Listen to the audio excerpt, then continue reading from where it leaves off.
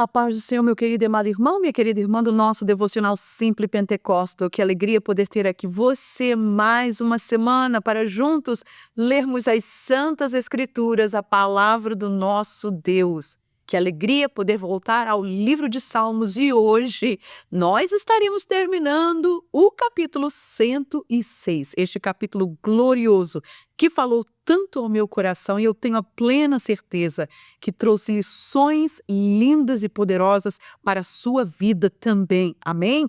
Portanto, se esta é a sua primeira vez aqui conosco, não esqueça de você se inscrever no canal, de colocar aí as notificações, de deixar uma mensagem, não é? E também de compartilhar este vídeo. Eu quero que você possa ser usado por Deus nesse sentido de poder trazer esta palavra para outras pessoas que também precisam de ouvir a mensagem da palavra de Deus. Amém? Ela somente vai trazer gozo, trazer alegria, trazer satisfação às nossas vidas, vai trazer crescimento e vai trazer aquilo que nós mais precisamos, que é o alimento para a nossa alma. Portanto, meus queridos, vamos lá, capítulo 106, e hoje nós estaremos lendo dos versos 40 até o 48, o final deste capítulo, e diz assim a palavra do Senhor: Pelo que se acendeu a ira do Senhor contra o seu povo, de modo que abominou a sua herança, e os entregou nas mãos das nações, e aqueles que os aborreciam se assenhorearam deles, e os seus inimigos os oprimiram, humilhando-os debaixo das suas mãos. Muitas vezes os livrou, mas eles provocaram-no com o seu conselho e foram abatidos pela sua iniquidade.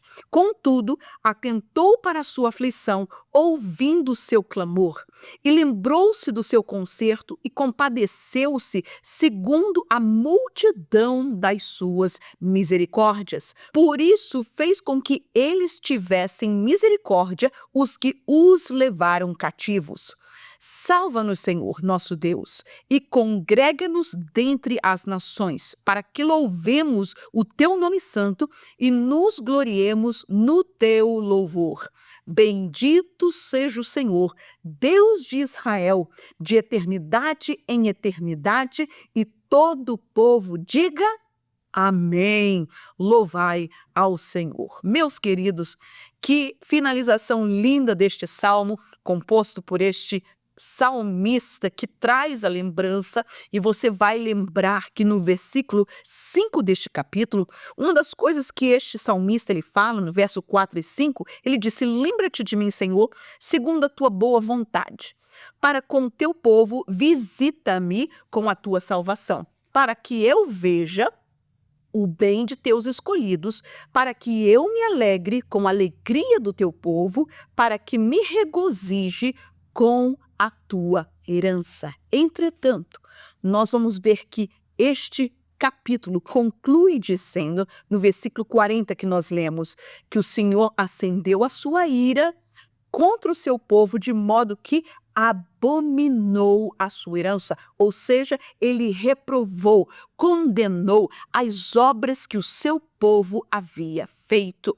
E isto é muito importante nós termos isso sempre em mente, lembrarmos que não é por nós sermos e dizer que somos filhos de Deus, ou que nós somos salvos, ou que realmente pertencemos ao corpo de Cristo, que isso nos isenta de nós podermos fazer e praticar o que for que nós queiramos praticar, e Deus vai simplesmente passar sua mãozinha na nossa cabeça e não tem nada de problema algum com isso. Não, meus queridos.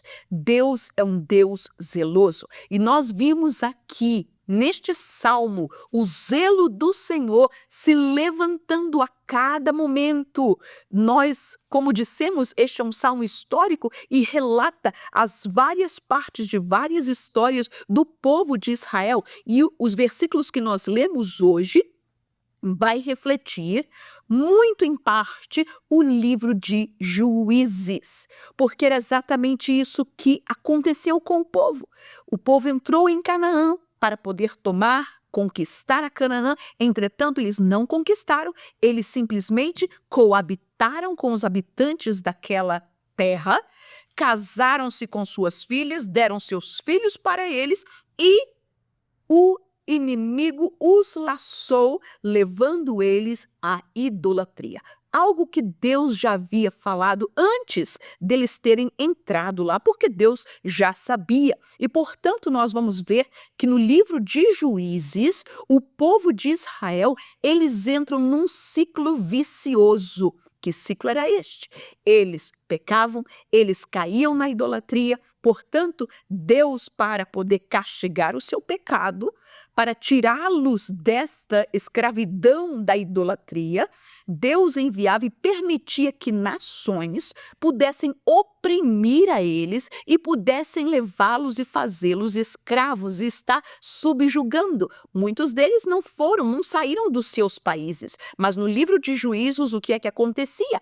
Um rei do estrangeiro, um rei de outra nação, vinha e subjugava-os.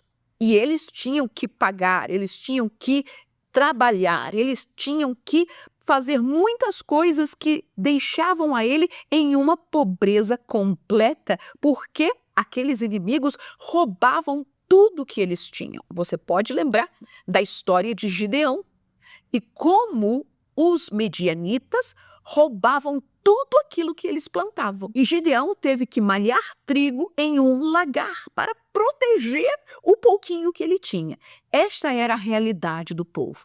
Não somente pecavam, vinha a opressão do inimigo, então o povo, depois de 20, 30, 40 anos debaixo desta opressão do inimigo, começavam a clamar a Deus e pedir a Deus: Senhor, socorre, Senhor, perdoa, Senhor, tem misericórdia de nós. E Deus ouvia o clamor do povo. E Deus levantava um juiz, e Deus levantava um libertador, e enviava para eles para poder livrá-los da mão daqueles inimigos. E eles tinham uma guerra, eles venciam pela graça do Senhor, e quando aquela guerra era vencida, que o inimigo era vencido, havia um momento de paz, de tranquilidade durante todo o tempo que aquele juiz vivesse. Mas a Bíblia nos diz que quando morria o juiz, que trouxe liberdade, que trouxe uma vitória para eles, o povo voltava a cair novamente no mesmo erro. Era como se fosse uma roda ali na lama e voltava ao mesmo ciclo. E isso, irmãos, passaram-se 300 anos dos tempos dos juízes e o povo vivendo este tipo de vida. E é isso que relata o salmista nestes últimos versículos que nós estamos lendo aqui no Salmo 106. E qual é a lição que nós devemos trazer para as nossas vidas? O que é que nós devemos lembrar quando nós lemos tal história do povo de Israel? O clamor deste salmista era que Deus pudesse trazê-los das nações de onde eles estavam de volta para o seu país. E Deus fez isso. Deus, ele teve misericórdia. Muitas vezes nós vamos ver que não somente na Babilônia, na Pérsia, não é? Onde os reis tinham piedade, se compadeciam, muitas vezes, como foi o rei Ciro, enviou-os de volta para a sua casa, para a sua terra, e tratavam a eles com bondade, com misericórdia, porque era a mão do Senhor. Não é porque era a natureza do rei Nabucodonosor ter uma proteção especial. Não, irmãos. Eles eram súditos, eles eram escravos, eles foram levados cativos. O homem por si mesmo não tinha nenhum tipo de misericórdia. Mas a mão do Senhor é que agia no meio daquilo tudo e trazia um alívio para eles, trazia uma graça especial aos seus olhos e aquele povo era poupado. Amém? Portanto, o que é que nós aprendemos? Esta questão de ciclo vicioso, de pecar, cair, ficar debaixo do pecado, depois a gente clamar e depois a gente se arrepender e Deus nos perdoar e Deus nos livrar. Isto são coisas que podem acontecer até o dia de hoje. Que lição para as nossas vidas? Nós entendemos que, enquanto nós vivemos aqui nessa terra, nós somos passivos a pecar, a cair, a errar. Por quê? Porque nós não fomos glorificados. Nós fomos perdoados, nós fomos santificados. E cabe a mim e a você, cabe a nós lutarmos por esta santidade, lutarmos por esta vida com Deus, lutarmos por esta comunhão com Deus, lutarmos para guardarmos os mandamentos de Deus. Não foi isso que Davi escreveu? A tua palavra escondi no meu coração para eu não pecar contra ti. Porém, quando nós não observamos, quando nós não temos esse cuidado, quando nós nos tornamos relapsos quanto ao cuidado diário da nossa vida com Deus, com a sua palavra e com a nossa conduta, o que é que pode acontecer? Nós podemos vir a cair em pecado, cair em erros, cair simplesmente de viver uma vida sem perspectiva do reino de Deus. De que nós estamos aqui, mas nós somos forasteiros. De que nós vamos, a nossa mansão, a nossa casa, a nossa vida, o nosso final não é aqui, é lá. É lá no céu, é com Deus, com nosso Senhor. Aleluia. E, portanto, nós devemos observar e cuidar, para que em todos os dias nós possamos estar alinhados com esta palavra, alinhados com o Espírito de Deus. Para quê? Para que nós não possamos cair em tentação. E assim, sendo assim, nós podemos dizer como este salmista, no verso 47, no verso 48, salva-nos, Senhor nosso Deus, congrega-nos dentre as nações para que louvemos o teu nome santo e nos gloriemos no teu louvor. Bendito seja o Senhor, Deus de Israel, meus queridos, e nós podemos colocar o meu nome, o seu nome. Bendito seja o Senhor, o Deus da igreja. Bendito seja o Senhor, o Deus de Vânia, o Deus de Rosilda, o Deus de João, o Deus de Antônio, o Deus de Íris, o Deus de cada um de nós que nos acercamos a este nosso Deus tão poderoso. Aleluia. Assim, meus queridos, e que nós possamos dizer o quê? Amém. Assim seja, louvado seja o nome do Senhor, e assim que conclui este salmista o seu salmo diante do Senhor. Amém? Que o Senhor também vos abençoe poderosamente neste dia. Amém.